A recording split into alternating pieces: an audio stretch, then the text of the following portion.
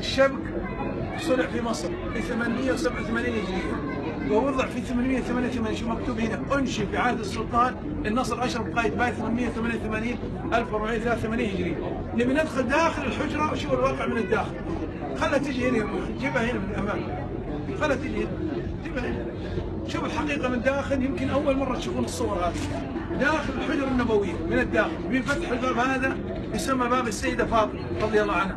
نبي ندخل من الداخل شوف الحقيقة الآن، لأنه كثر الكذب والدجل في الانترنت والجوالات صور بأنه هذا قبر الرسول عليه الصلاة والسلام، ودجال يطلع يقول لك هو خادم الحجرة. لا يوجد خادم الحجرة إلا الرئاسة شؤون الحرمين. حنشاهد الآن الوضع من الداخل. شوف الحقيقة الآن ينفتح الباب، شوف لما فتح الباب شوف الواقع، يصور من الداخل. دخلنا مثلك مثل اي رئيس دوله اذا اراد الدخول من الداخل، واحنا كموظفين ندخل عمليه التنظيف من الداخل. الى ان دخلنا ايش تشاهد امامك؟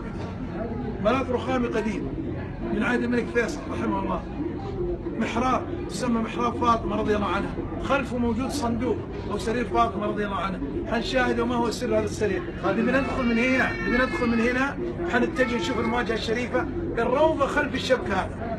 احنا متجهين من هنا ثم ندخل مع الباب ثم نيجي للمواجهه. شوفوا الان، ها فتح الباب شايفين؟ اللي بيصور يصور يا اخوان. هذه اشياء يمكن اول مره تشوفها، واللي بيصور يصور. شوف دخلنا من هنا، وضحت؟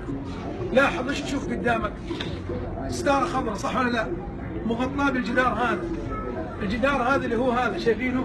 هذا جدار بناه عمر بن عبد العزيز رحمه الله، مغلق مصمت ليس له باب، ارتفاعه 6 أمتار ونصف من حجارة الحرة السوداء مربعة الشكل مشابه لحجارة كعب المشرف. وضحت؟ لاحظ موجود هنا صندوق، هذا يسمى صندوق الصندل. هذا احنا وقت تنظيف من الداخل نحرك يمين ويسار، لكن مدخلينه وغطينه بالستاره. هذا كان يطيب فيه من طيب الصندل من الداخل. حنتجه للمواجهه الشريفه. شوف الحقيقه، شوف الان، شوف الان. الستاره جددها الملك فهد عام 1406 هجريه الى وقتنا الحاضر، القديمه كانت من عهد الملك عبد العزيز 1370. شوف هذه المواجهه الشريفه، انت تسلم من الخارج وهم يسلمون من الداخل. وضحت؟ ايش تشوف قدامك؟ لاحظ، شوف الستاره هنا، الدائره الاولى، الدائره الثانيه، الدائره الثالثه، صح؟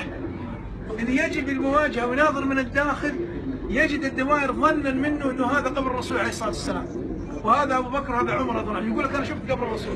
يا اخي العزيز، هذه الدائره محاذاه للوجه النبوي الشريف هنا، والثاني محاذاه لابو بكر رضي الله عنه، والثالث محاذاه لوجه عمر بن الخطاب رضي الله عنه. حنشاهد الان سرير فاطمه وشوف ما هو سر هذا السرير او الصندوق. شوف الواقع، وهذه الحقيقه من الداخل. يعني انت ما تشوف شيء، انت تسلم من الخارج وهم يسلمون من الداخل مثل المدرسه. هل معناه لو دخلت حوش المدرسه اني دخلت فصول والاداره؟ هذه نفس الطريقه. هذا شوف، هذا سرير فاطمه رضي الله عنه، وهذا كانت توضع فيه المجوهرات والهدايا التي تاتي من بعض السلاطين والحكام العثمانيين. مع اخر حكام العثمانيين عمر فخري باشا اخذت جميع المحتويات بالقطار الى تركيا وتعرض بالمتحف في تركيا. هذا خلف المحراب شاهدناه. حنعيدها الان من جديد، نعيده من جديد اللي ما شاف يشوف.